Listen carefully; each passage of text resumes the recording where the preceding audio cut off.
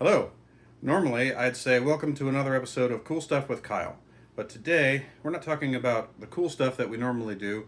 We're talking about something real today. So, for today only, this is Real Stuff with Kyle. So, today, I have some little notes I made just to make sure that I get all my points that I wanted to get across here, but otherwise, I'm just talking off the cuff. Um, today I wanted to talk about divorce, and in my case, divorce with children, and kind of how that affects everyone, and life, and dating after divorce, and all that kind of thing. It's a very real topic. It's something that a lot of people dread, and it's not a pleasant thing, but it's sometimes it's a necessary thing, and so we're going to talk about it. I'll tell you about my experience, and if talking about my experience helps one person, then it's worth talking about. So I hope that it helps you, or helps somebody out there. So what I wanted to start to talk about is so in my case, I guess how, like, when it happened, how it happened, that kind of thing. So in my case, I was married for over 16 years. I got married when I was 21 years old, and I ended up married for over 16 years by the time that we got divorced. What actually happened is we did a dissolution of marriage. So it's still a divorce, but it's better in the sense that if you can agree on all the terms of what everyone gets as far as splitting up property, and in my case, what's going to happen with custody. If you can agree on the custody agreement for the children, if you agree on everything, you can do a dissolution of marriage, and then you don't have to both get a lawyer and fight out everything in court and have the judge and the lawyers decide how everything is going to be split, because you can't make those decisions yourself. Sometimes people are so angry, I guess, in a divorce that they just can't agree on anything. So it's hard for some people to do that. But I would recommend, if you can come to those agreements, that's a really good way to go, is to do a dissolution of marriage, and make sure that everybody's being treated fairly, and that kind of thing. So what happened in my marriage? Well, it's hard to say, completely what it was, but there was, I do want to preface this with, I don't want to just like badmouth my ex-wife or anything. She's not a terrible person. She's actually a good person. She's obviously still my children's mother, and she's a good mother. And so my purpose here is not to badmouth her or anyone, but I'll just speak a little bit on kind of what happened, just so that you guys know. So yeah, there was kind of some infidelity, and I may not even know the full extent of it, but it was I saw something open on her computer screen one day, and found out that there were some inappropriate things being sent between her and other people, and that was kind of where it started. Obviously, there was more to it than that. We had other disagreements. Like one big thing for me was that she would often be gone from home. Like, she would go to concerts and things, but she wouldn't just go to local concerts. She would go to concerts way out of state and be gone for a couple of days and do this a lot. And I felt like she wasn't around a lot. And when I talked to her about that later, she said, it was partly because she wasn't happy, obviously, either. And she was trying to kind of get away a little bit, these things, they go both ways. I'm not trying to place any blame, but those are just, some of the things. But with the infidelity thing, I found out about it. We talked about it. She said she wasn't going to do it anymore, but I was never able to reestablish that trust. So for me, once that trust was broken, I could really never trust her again. And it was, we don't need to go into too much detail about all of that. It's just, that was really broken at that point. And for me, there was really no coming back from that. Now, the problem is that I still stayed in this relationship for a long time after I realized I wasn't happy. And I realized later, after talking to her and everything, yeah, she did too. She stayed around a long time, even though she wasn't happy. And why? Why would you stay in a relationship, stay in a marriage, when nobody's happy, and you're not making each other happy? Nothing's getting better. Why would you stay? Well, a lot of times people talk about staying for the children, and I just want to say I think that's a myth that staying for the children is a good thing for them. It's, in my opinion, it's not. The thing is, children, even young children, my children weren't all that young at the time of the divorce. The divorce was final in 2019, and my children are 17 and 18 years old now. So, they weren't that young, but certainly it still affected them in, profound ways. I know, but but children are smarter than a lot of people give them credit for, and they pick up on things. And when their parents are fighting, when they're not getting along, when they're not happy, the children know these things. Like, even maybe if the mother and father maybe don't even realize it completely, but the children pick up on these things. They know their parents aren't happy. They know that there's fighting going on between their parents. And when we got the dissolution, we had to go to a class at the court about going through these processes and things, and especially with regard to the children and how it would affect them. Was one of the requirements to be able to go through that process. You had to take this class, and we didn't feel good about taking this class. We're like, oh, we don't want to do that. But one thing that I'll say was very valuable to me from taking that class is something that they taught us was that children are not really so much affected by divorce. What they're affected by is conflict. They do not want to see their parents fighting. They don't want to see that conflict. And when they're subjected to that all the time because the parents can't get along, they're fighting all the time, they're unhappy, and they're yelling at each other or whatever, that affects the children in a very bad, very negative way. And if you're staying together, but you're in that kind of unhappy, argumentative relationship, that's a bad thing for your children. And getting a divorce, if that's what has to happen to stop that conflict, then that may actually be the best thing for your children.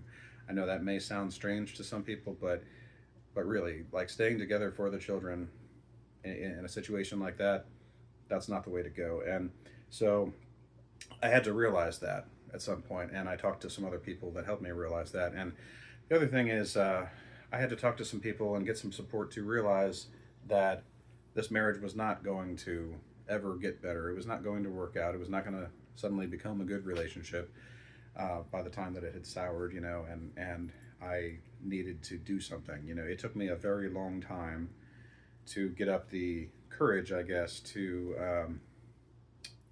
basically say, to confront her and say, look, this isn't working. Something has to change, or we're going to have to split up. And that was very hard.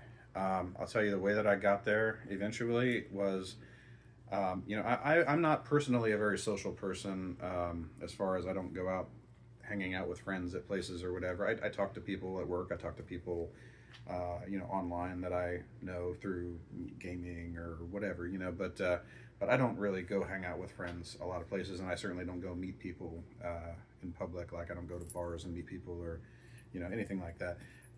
So I can talk to people that are close to me, like my family members, but you can only talk to them about these kinds of things sometimes, like, to a certain extent. You maybe don't want to get into too many details sometimes with those people. It can be embarrassing or whatever. But I had a friend that I talked to online because I played games with her. It was a female, but she was only somebody that I talked to online. Like, hey, how are you doing? Let's play this game. It was like, I've got several people like that I just talked to through games that I play and stuff. So it was somebody like that. But she was going through a similar breakup in her relationship. So I kind of helped counsel her on her relationship and what I thought about it, and she helped counsel me on mine. And eventually, through talking to her and other people, like my mother, my father, my sister, talked to people and found out, for myself, like, yeah, this isn't going to change unless I initiate a change. And so I had to eventually come to that realization and, okay, this has to be done. So let's see, what's my next thing here? Okay, so yeah, so I did want to talk about how, when I confronted her about it, I said, these are some things that need to change. At the time, I thought, let's go get some counseling or something. Let's make some changes. Ultimately, she didn't think that was going to work, or she didn't want to do that. She, in her own mind, I guess she had already said, this isn't going to work for me, and so she didn't want to go get counseling. She didn't want to make the changes. So I said, okay. Then it goes to my ultimatum, which is, if things aren't going to change, then we have to get a divorce. So that's what we initiated. But at the time, we both agreed to it. It wasn't pleasant. I mean, yeah, there were some arguments, but basically, in the grand scheme of things, we agreed that we should get divorced, and we did that, and we agreed to do it as a dissolution so that we could decide how everything was going to be split up and how we were going to handle everything with the children and all of that.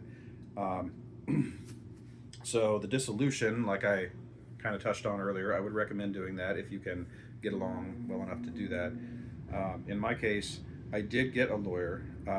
The only reason, though, is that I wanted to make sure that we had all of our paperwork lined up properly, because if you turn in dissolution of marriage documents to the court yourself, the way it was described to us, they basically, if they were not done correctly, they wouldn't accept them, they would reject them, give them back to you, and you'd have to fix the problems. But they wouldn't tell you what all the problems were. You'd just have to figure it out and keep resubmitting the paperwork until you got it right. And that didn't sound like fun to me. So I said, okay, I'm going to get a lawyer to help us draw up these papers. When you get a lawyer for this kind of thing, they can only represent one client.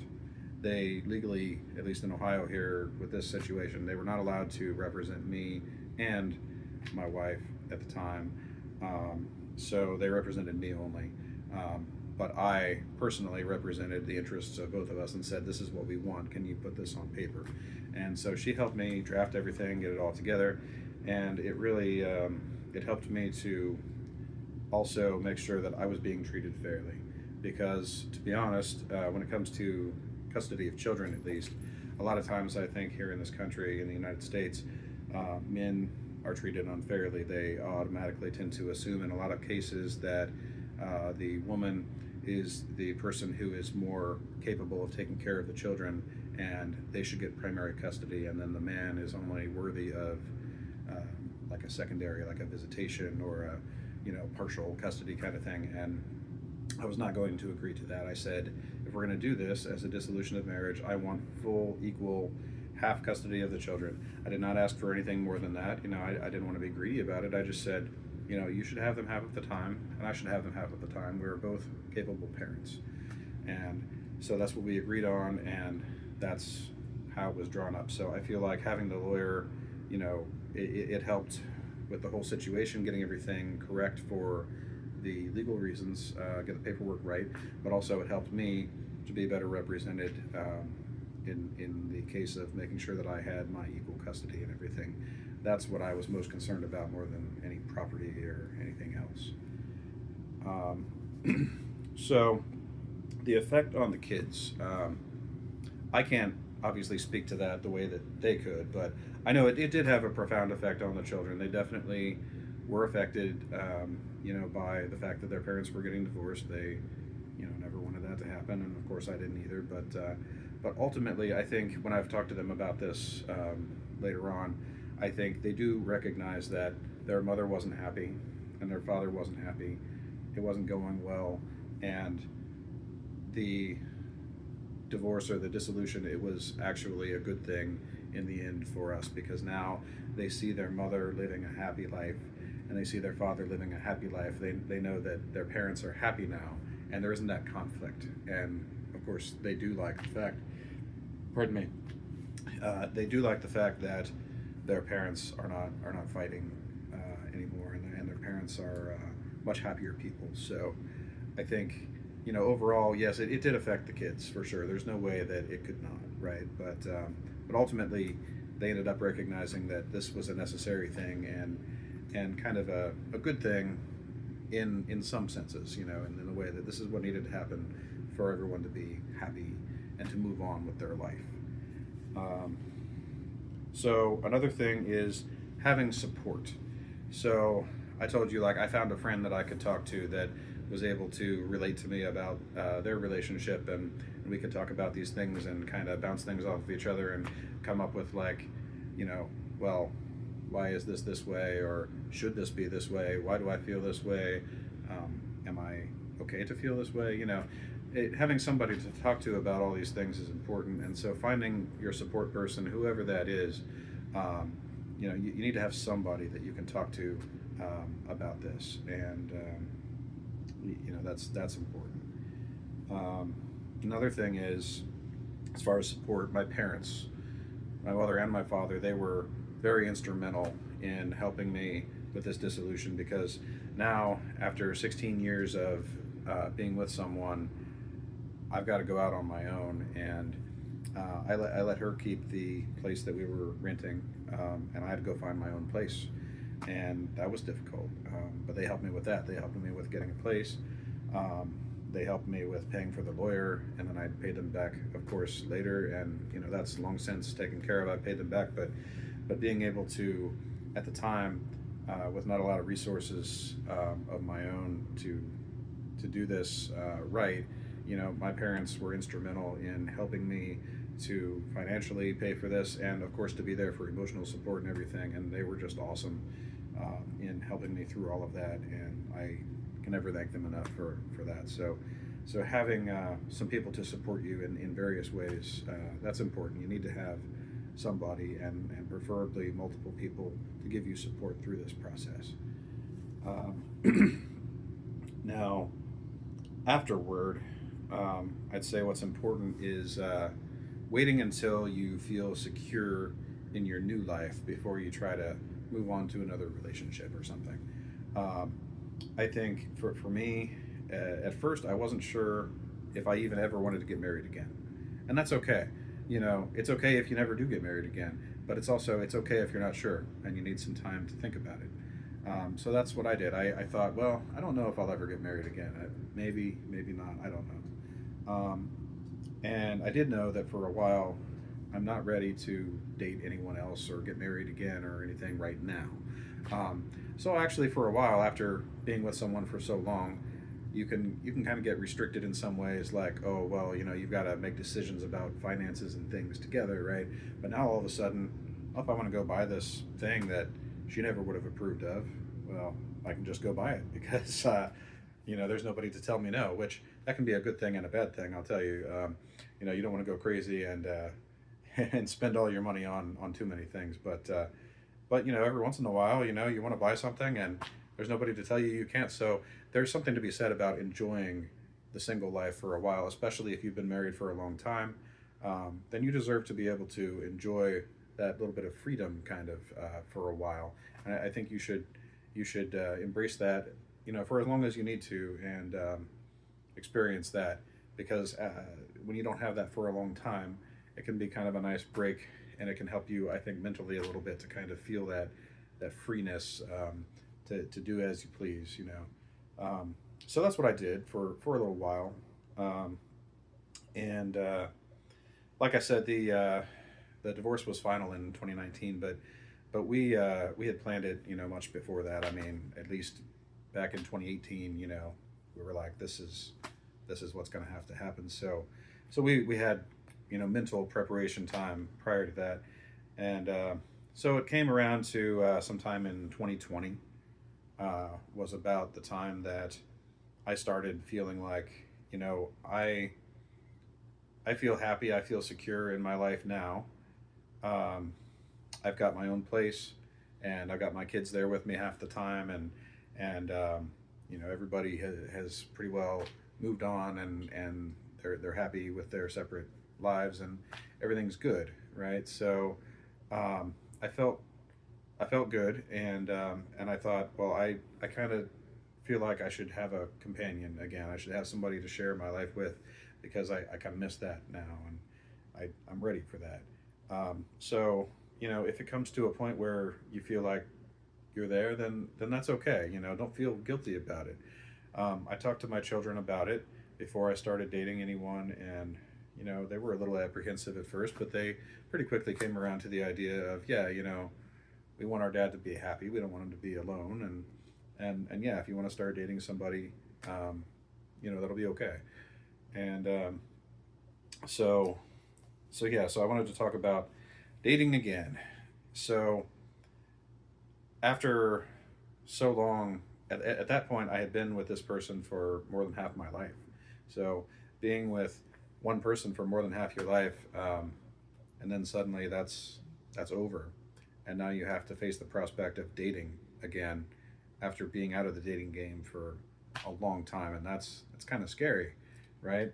Um, but I decided, for me, because like I said, I don't go out and meet people at social environments or whatever. Usually, online dating was the thing that I wanted to do. So I started putting profiles out on Facebook dating. There's an app called Bumble, where the ladies get to message the men first, and then there's another one. Can't remember right now what it was called, but I was on a couple of them. But finally, I met somebody, started talking to them, got along really well through the Facebook dating, and I ended up dating her for about 1 year. So it was good to have that relationship, while it lasted, but it didn't ultimately work out. Um, and then pretty soon after that, in 2021, I met someone else, and also through Facebook dating, and I'm still with her now. So it's been over 3 years, and that has worked out really well. She's wonderful, and in this case, the first girl that I was dating, she had no children.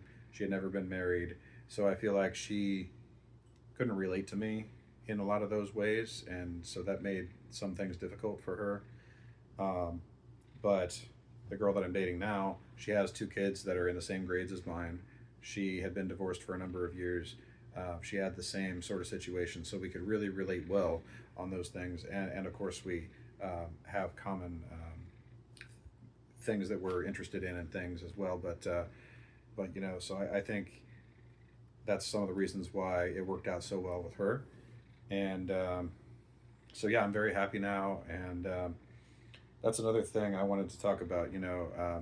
Life goes on, and my ex-wife, she is with someone. She's very happy with him. In fact, she is now engaged. She just recently, on Christmas, got engaged to him, and he's been living there at their house for a while, and gets along well with my kids and everything, and they like him, and my kids like my girlfriend, and my girlfriend's children. We all get along great, and so I'm very happy for her and him, and their new life that they're building, and I I've been kind of I'm not officially engaged, you might say, but we what's the term that I'm looking for? We committed ourselves to each other. My girlfriend and I, we live in different towns. Our kids go to different schools, and we didn't want to disrupt that. So we're waiting until the kids are done with high school in about another year before we look at moving in together. But until then, we're already committed to each other, and we do plan on getting married in the future. Um, so yeah, I did decide that I would like to get married again. It is something that I came back around to, and and so I came back around to the idea of getting married and decided that, yeah, I really do want to, because once I was with someone for a while, and, it gets to, at least for me, it gets to where you want to really solidify that relationship, and make sure that that person really understands how much you care about them. And the ultimate way to do that is by marrying them, right? And so we've done that essentially, as much as we can for now, but we will move in together and get officially married in the near future. Um, so then one of the last things I wanted to say was I have no regrets. Being married to my now ex-wife, um, I don't regret that. I mean, we had these wonderful children together. Without that marriage, that wouldn't have happened, and I would not have had this chain of events happen that led me to where I am now with the person that I'm with now, if I hadn't have gone through everything that I did with her beforehand. It created a chain of events that led me to where I am now, and I'm very happy with where I am today. So I see no reason to regret any of it. you know. And my ex-wife and I, we get along pretty well today. I mean, we have to communicate with each other, obviously, concerning the kids and everything, and we do that very amicably. We have no trouble communicating with each other. I know sometimes with divorce, people have a really hard time. They completely hate the other person and they can't even hardly talk to them. But I'll tell you, if you can avoid that, it is a lot easier to just get along with that person. I mean, yeah, there were a lot of things that happened in the past that hurt me, or I'm sure she was hurt about things, but holding grudges about those things, why? It doesn't matter now.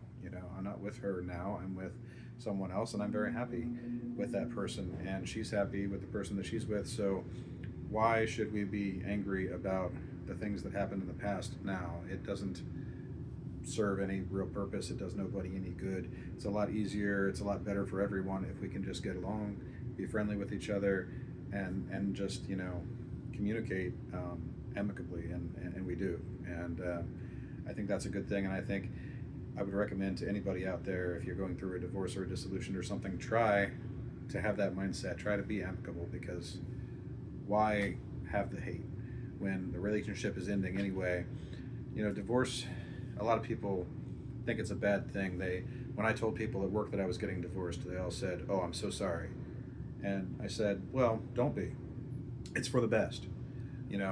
I feel like a divorce pretty much always has to be for the best, right? Because why would you be ending the relationship if it wasn't the best thing to do?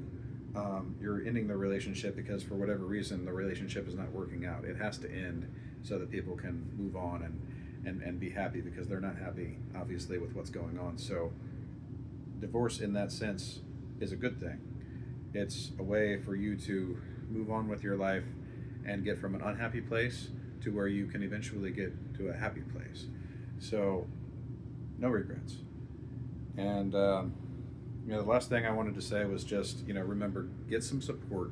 Talk to people. Don't be afraid to talk to your mother, your father, your best friend, your acquaintance. I mean, somebody. Talk to somebody and find somebody that will listen and give you advice and at least hear what you have to say, how you're feeling. I'm sure you can find someone that you can talk to, and that's important, to have some kind of support. And you can get through this. It may be, I don't know your specific situation, it may be very difficult, but you can get through it and you will be okay. It may take some time, but it will be okay. All right? So I wish you the best, and please, I won't sign off with the words that I normally do, but if you want to go back and you want to go on and see some cool stuff, then watch my next video. But that's not what we're doing today, so I will just say goodbye and all the best.